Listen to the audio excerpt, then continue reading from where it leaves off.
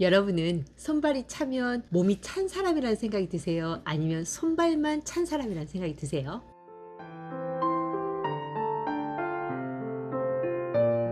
사실 저에게 손발이 심하게 차다고 상담하러 오신 분들 중에는 추위를 심하게 타고 찬물을 전혀 못 드시는 몸 전체가 찬 분들보단 손발은 심하게 찬데 가슴엔 열이 차 냉수나 찬 아이스 아메리카노만 드시는 분들이 훨씬 많았어요. 그래서 오늘은 손발이 심하게 찬 분들 중에서 뱃속도 냉하고 몸 전체가 찬 체질의 수족냉증과 상초에 열은 있는데 손발만 심하게 차가운 수족냉증에 대해 그 원인과 치료에 대해 말씀드려 보려고요.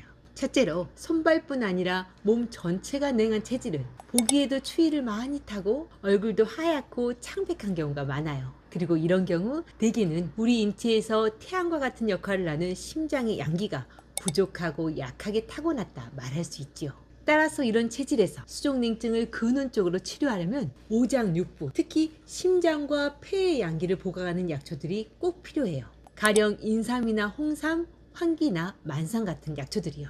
그리고 심장과 폐의 열 에너지가 약하면 위장도 냉하고 약하여 소화력이 현저히 떨어지므로 위장을 따뜻하게 하며 소화를 돕는 약초들도 꼭 필요하네요. 왜 비위장이 따뜻하고 활발하게 움직이면 음식물을 분해하여 흡수한 능력이 높아지고 위장과 소장에서 흡수된 영양분이 간 문맥을 통해 간으로 잘 들어가 간에서 심장으로 보내지는 혈액의 질이 근원적으로 좋아지게 되니까요. 그리고 그렇게 되면 심장의 혈기가 가득 차 수족냉증뿐 아니라 몸 전체의 활력이 훨씬 좋아지게 되네요. 그리고 마지막으로 신장과 부신의 열 에너지를 충진할 수 있는 하초 양기 보충약도 꼭 필요해요. 왜 인체가 완전히 건강하려면 수승 화강이 잘 되어야 한다 하잖아요. 그게 심장의 양기는 하부 단전으로 내려가 하초, 즉 신장과 부신의 열 에너지를 충진하고 하초에서 생성된 혈액, 진액, 호르몬들은 그 열 에너지로 활성화되어 내부 장기와 머리로 막힘없이 잘 올라야 인체 본연의 치유 능력이 극대화되어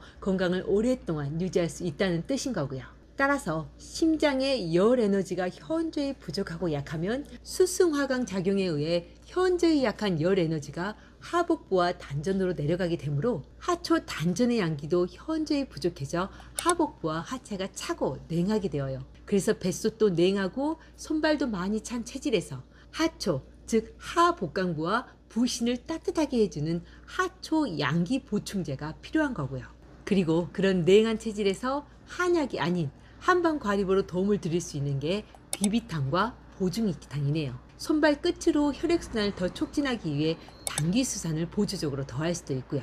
물론 과립만으로 체질을 완전히 바꿔 손발을 지속적으로 따뜻하게 하긴 어려울 수 있어요. 하지만 그렇다 하더라도 한 계절 손발이 몹시 차고 시린 증상 정도는 더욱이 이런 과립들의 처방 원리가 오장육부의 열 에너지를 보충하여 심장과 비위장을 따뜻하고 활발하게 움직이게 하면서도 체력과 기운까지 상당히 끌어올리는 방법이기에 저는 과립도 적극 추천드릴 거네요. 참 아주 가끔은 혈액의 질이 현저히 약해진 상태에서 냉기가 심하게 침범되어 일반적인 양기 보충제만으론 수족냉증이 해결이 안 될 때가 있어요. 가령 손발에 동상이 심하게 걸렸었다거나 몸이 심하게 약해진 상태에서 찬 냉기가 인체 내부로 깊숙이 침투되었을 때요. 그리고 그럴 때는 앞의 처방들을 적당히 이용하면서 육개나 부자, 세신이나 오수유 같은 맵고 뜨거운 성질의 약초를 과립으론 당사우탕을 쓸 수 있네요. 하지만 이런 약초들이나 과립은 인체의 열 에너지를 근원적으로 보충하는 게 아닌